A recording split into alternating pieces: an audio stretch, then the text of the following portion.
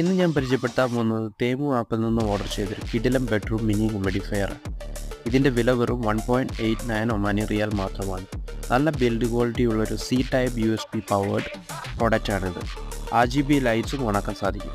Daily night long AC ഓണാക്കി കിടക്കുമ്പോൾ പിറ്റേ ദിവസം എഴുന്നേൽക്കുമ്പോൾ നോസ്, ത്രോട്ട്, സ്കിൻ എന്നിവ ഡ്രൈ ആയി ഇറിറ്റേഷൻ അനുഭവിക്കുന്നവരാണ് നിങ്ങളെങ്കിൽ ഈ പ്രോഡക്റ്റ് നിങ്ങൾക്ക് വളരെ ഉപകാരപ്പെടും.